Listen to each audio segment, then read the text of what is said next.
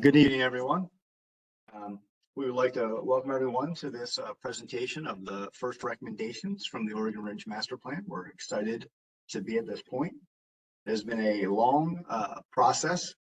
I would be remiss to not recognize and thank Elizabeth Laudner and her team at Laudner Klein for the amazing work that they have done in managing this master plan. Her team has been the linchpin in the development of this document. I would also like to thank our capital team, our agency's administrative team, our Oregon Ridge Nature and Lodge staff, and other members of the agency and county leadership that have all contributed to the development of this master plan. And finally, I'd like to thank you, the public. Okay, you all are the users of the park, the advocates for this park, and a very crucial part of the future of this park. So thank you all for the input over this process. This process began over a year ago, in March of 2022, featured immense and robust public input through meetings, public forums, WebExes, surveys, hikes, focus group meetings, park events, and all kinds of other ways of gathering your input. This plan is a direct result of all of that input. However, that input will not end tonight. After the presentation, we will post this presentation online on our website, where you'll be able to review it at your leisure, dive into it, and absorb the information that the plan contains. It contains a lot of great and exciting information. We want you all to have the opportunity to look it over. After that, there will be additional ways for you to offer your input, and we encourage you to do so. It is vital and important for us to continue to hear from you, the public. Before we begin, I'd like to recognize a couple of the guests that we have here tonight. I would like to recognize Corey Johns, who is the current chairman of the Board of Recreation and Parks. Can we unmute Corey for a minute to see if he would have any remarks? Yeah, thank you, Bob. And I feel like this has been a fantastic process, very open, and I appreciate the county's hard work and the public's input. So thank you. Thank you. We also have Ralph Brown, who is the president of the Oregon Ridge Nature Council, on the group as well. Ralph, would you like to make any comments? I just wanted to reinforce what you said, Bob, that this has been a very inclusive process, but there have been several master plans in the past that have just sort of collected dust on the shelf. So we're hopeful that this one will actually result in some real changes. Thank you. Absolutely. Thank you, Ralph. I also see Katie Meeks from Delegate Mangione's office. Ms. Meeks. Did it mute? I'm sorry. Yes, here I am here. I just wanted to say hello and just listening to everyone tonight, seeing what's going on. Thank you for letting me be here. Absolutely. Thank you for joining us.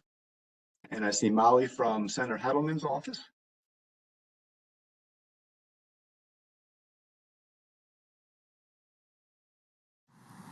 Hi. Yep. Thanks. Just here. Shelly couldn't make it, but I just wanted to tune in. Thanks for letting me join. Thank you. Thank you for joining. If I've missed any elected officials, please drop something in the chat. If I inadvertently have made a mistake and missed someone, then we'll make sure you have an opportunity to speak. And as David mentioned, you can add your information in the chat if there's time at the end to speak.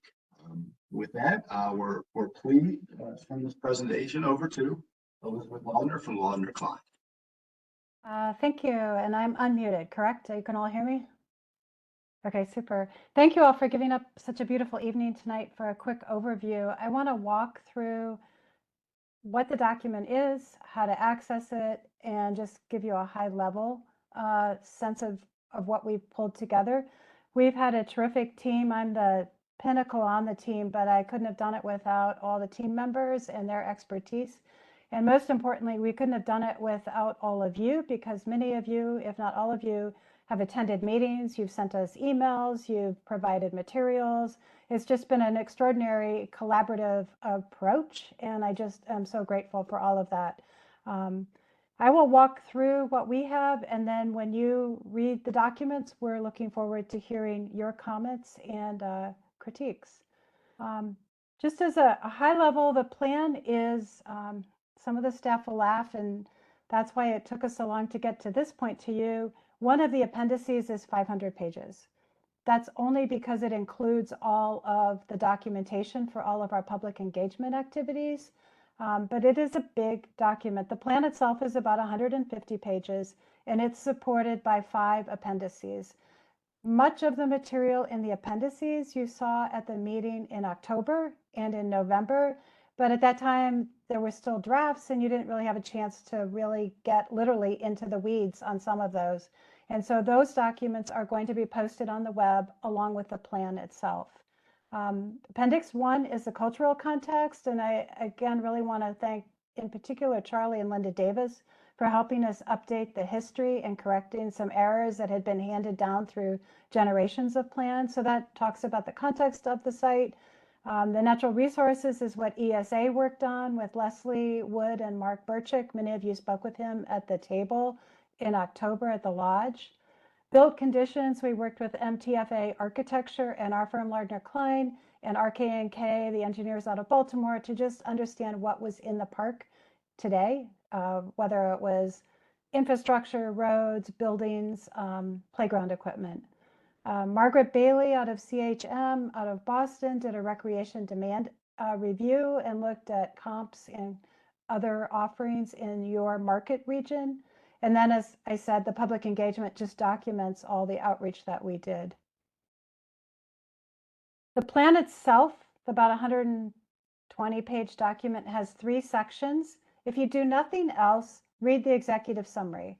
It's about 20-25 pages and gives you a pretty good overarching view of the content of the plan. If you are up for doing more than one thing and you want to read more than the executive summary, I recommend you then dip into the back end of the plan with implementation. That's a set of tables.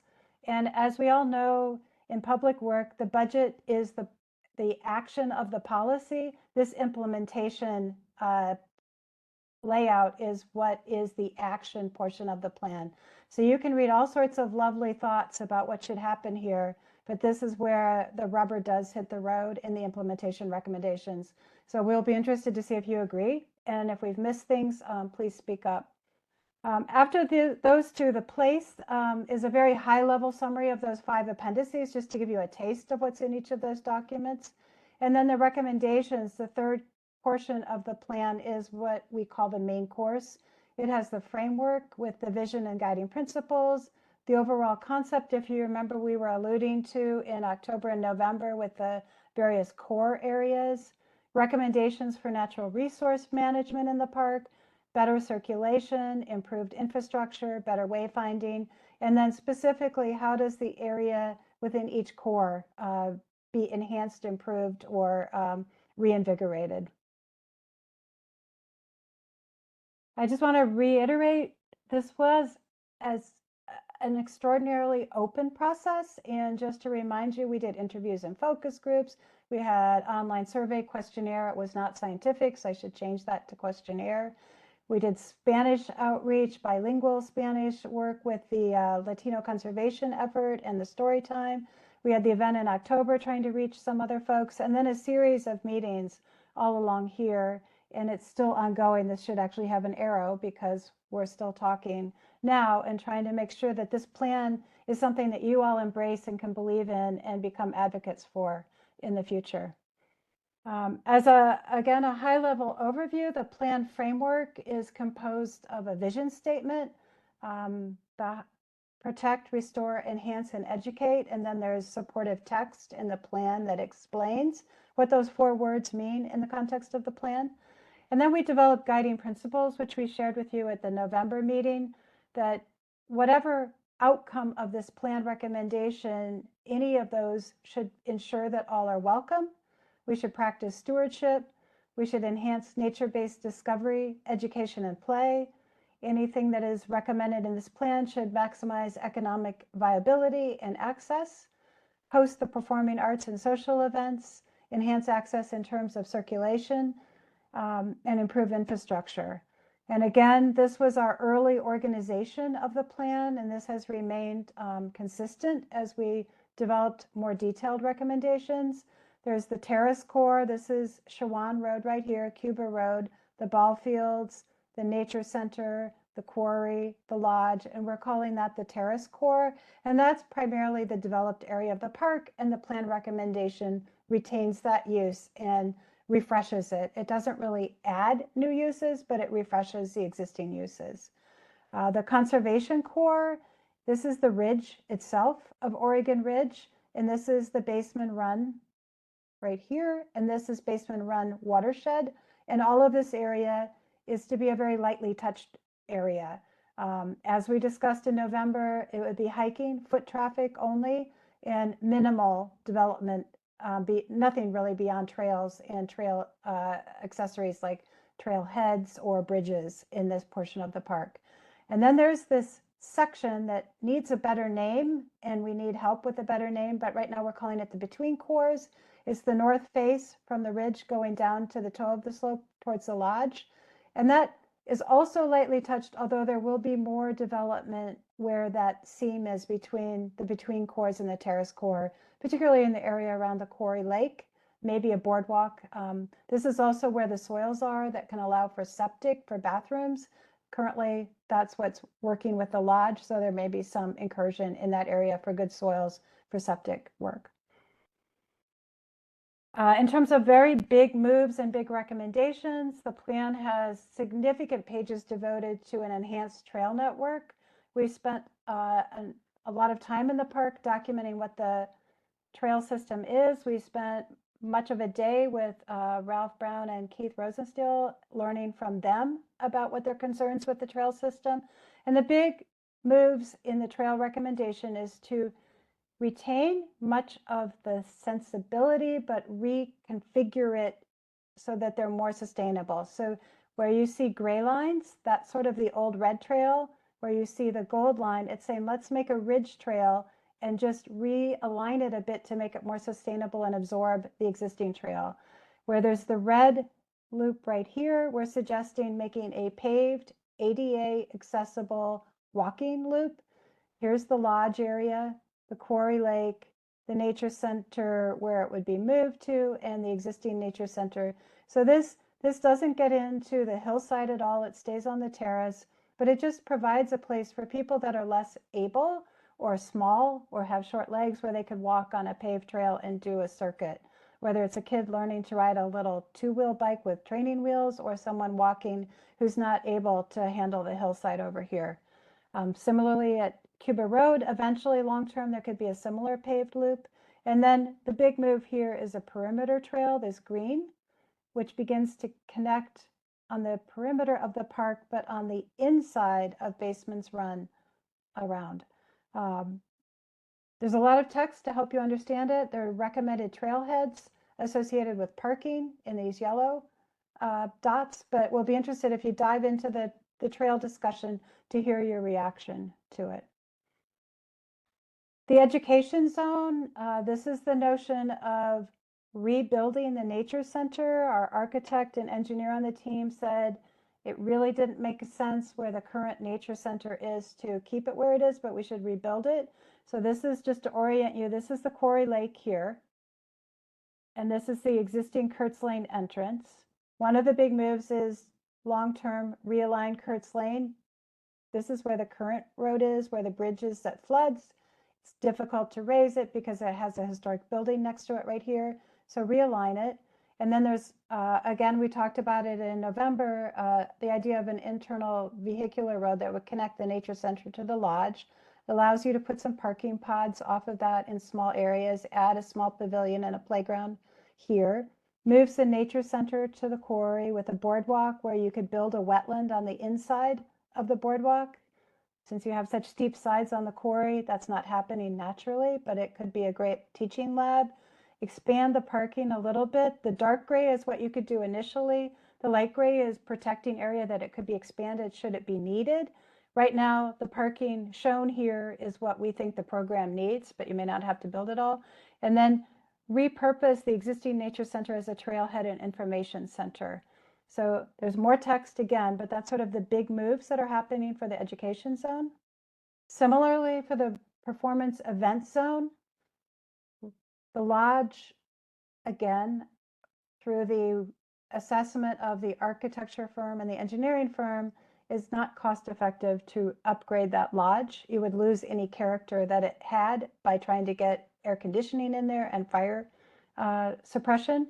So our recommendation is to rethink the whole area. This is the existing Mammoth parking lot, just to help you get oriented. Beaver Dam Road is right here. The idea is you can continue to use that parking, but break it up and do some bioinfiltration and some other things to make it more responsible. Then flip so that you could keep the lodge here. The idea was how could we build new things while programs were ongoing? Works with the nature center because you're in a totally new site. On this site, we're flipping and saying, put the lodge over where the picnic pavilions are, move the concert shell where the dinner theater was, add a new corporate wedding pavilion sort of just southeast or southwest of the old dinner theater, and create a big informal lawn area up on that terrace right now where the driveway is that goes to the back of the lodge that could be used for smaller large event seating or just for informal play. Do a playground here and have the additional parking. Add a couple pavilions over time. These don't all have to happen, but this is what the market demand said you could support. And again, this is the continuation. This is the playground we looked at in the earlier slide. So here's this internal vehicular drive coming through above the lodge, above the existing picnic shelters. That's here and here, the Ridge and the Arts and Science Pavilion, and then exiting at a new location on Beaver Dam Road, which has much better sight lines. This existing drive would be retained, but it would just be more of a service road or used for special events. And then lastly, the active recreation zone, which is the area across Hirschwan Road. Cuba Road is right here. These are the existing softball fields that need to be reconfigured so they can be used simultaneously by adults. And then there's room to do several different overlays of rectangular fields should the county find the need, which is likely there may be the need for a new rectangular field, but it could be also informally used for pickup games. This shows a paved path around here long-term, a small playground and a bathroom, expanded parking, and again, a new drive that comes out to Cuba Road, which then allows people to use this area and exit onto Shawan by a light. And then this picking up from older master plans, there would be really nice to have pedestrian crosswalks and signals at this intersection to better relate the two portions of the park together. These are the key implementation tables I was mentioning that are at the back. So again, read the executive summary and go to the implementation and then dive into the rest. It spells out things for trails, park-wide, terrace core, infrastructure, terrace core, order of magnitude cost explained down here. Actually, years 1 through 6 priorities is 3 pages of tables. So look at it carefully. We tried to group them, but the big moves are, first and foremost, focus on the trails and park infrastructure in years 1 through 6. Improve and upgrade natural surface trail network, create a paved ADA accessible path, add trailhead signs, and upgrade the trail blazes. Get some permanent year-round restrooms in the park that are accessible for folks. Realign Kurtz Lane and extend the internal vehicular drive at least to the lodge and add some parking so that you begin to address some of the parking challenges, particularly near the nature center. Add a playground. Instead of putting the playground where it currently is by the lodge, bust that large playground up into 2 smaller playgrounds and put one piece on Kurtz Lane and one by the lodge. And then start the design work for the new facilities, the new lodge, the new concert shell, and the new nature center, because that's going to take a number of years to get all of that teed up, ready to go to construction. And then also critically develop a natural resource management plan for the park. So this is the year 1 through 6. It's a lot, but it makes sense to us. That's how we broke it apart. Phase 2, which is years 7 through 15. And again, the value of the master plan for the park staff is we've pulled pieces out that they can then put in the capital improvement plan and say, these are what people say want to have happen. We may not get all of these things, but at least it breaks them up and articulates that. Years 7 to 15, rebuild the terrace core, construct a new nature center at the Quarry Lake and its associated improvements, and develop a new event complex in the lodge area and the associated improvements. And then this is spelled out a little more carefully here. And then in years 16 through 20, focus on the Cuba Roads fields and reconfigure them and add a rectangular field. So very high level. There's a lot more to the content when you dig into the plans, but where can you find the plan? It's on the Baltimore County Project website for download. They're in smaller than 32 meg chunks. So there are a lot of files, but we tried to do it logically. You can either use this code to get to the county website or this QR code. If you use your camera right now, it will take you to the Baltimore County website where the plan is available. And then to collect your comments, tonight is not the night because you haven't had a chance to look at it to get comments, more to get questions on how to access plans, but you can go directly to the project website, and we've created an open-ended questionnaire that we're hoping you can use as a way to respond to this. This QR code will take you directly to the questionnaire when it gets turned on shortly. You can email comments to the standard master planning email address. And then we're going to have a public meeting on May 24th from 6 to 8 p.m. in the Lodge building. And I'm not sure what form that will take. It depends on the kinds of comments we get back from you all. But we will be there, and we can either answer questions, we can have displays, we'll see what concerns or ideas people have and make sure that we address those issues on the 24th. We'll keep the questionnaire open until May 31st, so people have a chance to respond in the next 6 weeks and also after the public meeting. And this is our standard ending slide, but I want to show you what's in the questionnaire. This is what you'll see when that opens on your phone or on your computer. We have question 1 is saying, because we didn't really get in those 5 appendices, did we miss anything? We want to make sure our foundation is solid.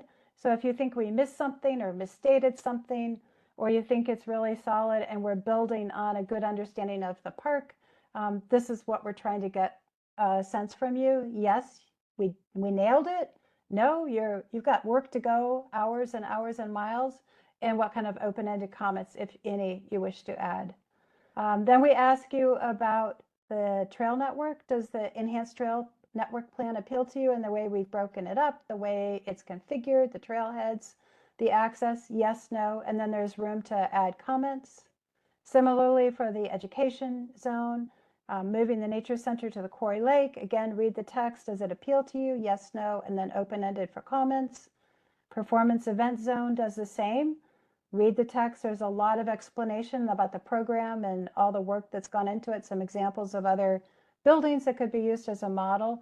But is this getting close to what appeals to you or not? Yes, no, and then open-ended comments. The same drill with Cuba Road fields. And then asking if our focus for the implementation tables is correct. So the focus in phase 1, years 1 through 6, and these are the key things that I just ran through earlier. Did we get that right? Or do you think something else should happen first and these should happen later? So again, yes, no, or suggest how you would change our priorities. Do you support the focus on the natural resources in phase 1, years 1 through 6? And because there are 3 tables, what you didn't see was one of the recommendations is employ ongoing annually invasive plant suppression measures and management techniques to reduce deer populations in the park, develop memorial and educational woodland gardens behind the existing nature center, and if funding is available, hire an Oregon Ridge specific park natural resources manager to oversee the natural resource management plan. And that's a yes, no. This was in the plan and in the table for years 1 through 6. Comments? And then we ask you again similar questions for phase 2, focused on the nature center and rebuilding the lodge area. And then phase 3, the Cuba Roads area. And then lastly, if anybody has a better name for between cores, we're open to your suggestions or any of these terms. And also if you have any additional observations that we didn't tap, we'd ask you to add those here. So on that, I'm going to stop sharing and come back to all of you. So thank you very much. Thank you, Elizabeth. And before we get into any questions, I was kind of remiss at the beginning. I'd like to recognize some of the members of the Recreation and Parks team on the call. We have Deputy Director Courtney Weinstock, Chief of Capital Drew Emmer, Molly Pickle, who is our Planner 2, David Odell, who is our Landscape Architect, Ben Porter, our Chief of Nature, Environmental, Agriculture, and Programs, Jessica Janetta, who is our naturalist at Oregon Ridge, and Andy Sanchez, who is our community supervisor at the Oregon Ridge Lodge. And I also see Carmen Cristiana from the County Executive's Office of Community Engagement. Carmen, would you like to say anything? I think we'll be good. Okay. Thank you for letting us know. I think we'll be good. Mhm. Any other comments about the minimum amount of applications, and so that we don't have to extend it? We are good with, what we say, 2012. I'm not a fan of extending it. I only. Yeah, I think we have Carmen. There we go. Okay, I will now turn it back over to David Odell. Thank you, David. Thank you, Bob, and thank you, Elizabeth. What a wonderful presentation. I think at this point we have, it's great. We have about a half hour. And as I suggested before, if you'd like to speak, put your name in the chat. And I think right now, Molly, could you unmute Dr. Carol Newell? She would like to speak. And I think that's everybody who has put down their name in the chat. Can you hear me? Great. Hi, Yep. it's Dr. Carol Newell, Commission on Environmental Quality for the county. As many of you know, we were asked by several members of the public to monitor this process and provide some help with communication. We've endeavored to do that. I want to thank Elizabeth Lardner's team and Elizabeth, of course, for all this hard work, and the County Department of Recreation and Parks staff. So many people have been involved in this process, doing absolutely the best possible job they can do. I'd like to also thank the many members of our large volunteer community. This large volunteer community has tried to provide input, emphasizing conservation of the natural resources of the park. The natural resources allow for the many activities that already are going on that utilize this unique resource in Baltimore County, which serves not only the county, but also areas even beyond us. I look forward to the opportunity for everybody to see the plan in detail, and I'm really glad we're going to have a public meeting. Thank you. Thank you. Well, I don't have the agenda in front of me, but I think we've covered everything we wanted to cover tonight. David, we have Don Callahan also would like to speak. I'm sorry, he just appeared in the chat. Okay. Don, you're unmuted. Oh. Hi, can you hear me all right? Mm-hmm. So I'm Don Callahan. I'm Vice President of Gunpowder Valley Conservancy, but I'm also heading up a stewardship committee on the Nature Center Council. And in addition to working with David as landscape architect, what is the connection with environmental protection and sustainability? How will they work with us? Will they have a dedicated person to kind of work on the conservation plan? And I guess I'll take that. And Don, as we know, the EPS does not, directly work at our agency's kind of direction. We do work closely with them, and they will be involved in our conservation plans. I cannot speak to if they are staffing a dedicated natural resource person for us, but we are looking internally to identify a staff position that we can identify for natural resource management within the agency that will obviously work closely with the Department of Environmental. We do work closely with them. Thanks very much. Certainly. I see Ralph Brown. Would you unmute Ralph? And Ralph? Yes, thank you. I just want to once again reiterate my praise to Elizabeth and to the Department of Rec and Parks for this process. And I think in what you mentioned pretty much covered all the most important points that the Oregon Ridge Nature Council has supported and has lobbied for: the trails, the restoring of the forest, the woodland garden, paying attention to deer and invasives, having a park resource manager, natural resource manager.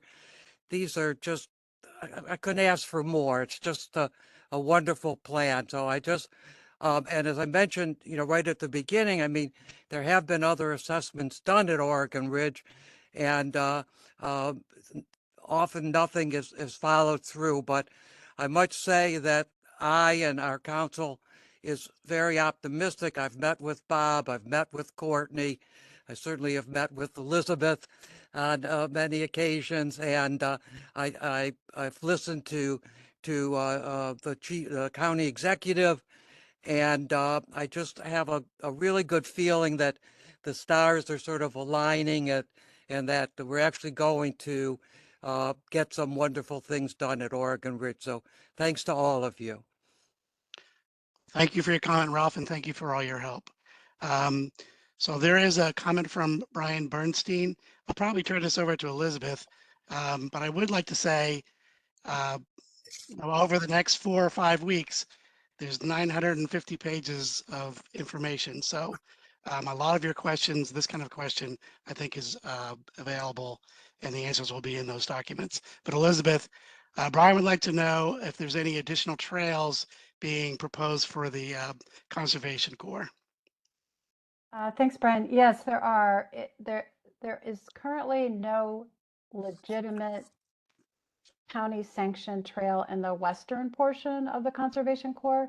There are a lot of social trails or informal trails. So the plan is trying to address formalizing a single trail that's a perimeter trail with perhaps a subtrail that may go up some of the valleys.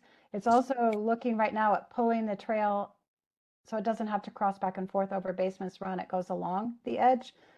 If you look at those plans, you'll see on the drawing when you open the plan, there are trails that are grayed out that we're saying take out because based on our assessment, which is in the built conditions, they're either too steep or too muddy. And then there's some purple dashes that say here's a potential reroute. And then there's some potential connections. So take a deep dive into both the built conditions assessment of the trails, and then there's probably a 15-page section on new trails and best practices for trails in the plan itself.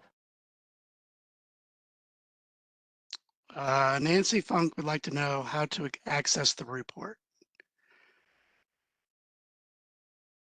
So it'll be on the county's website shortly. I might actually just say it's scheduled to post at 7:30 tonight on the county webpage for the Oregon Ridge Master Plan. I'll repost the link to the chat, but it's not there yet. It will be very soon.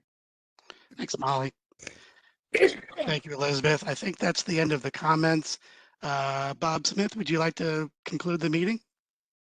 Sure.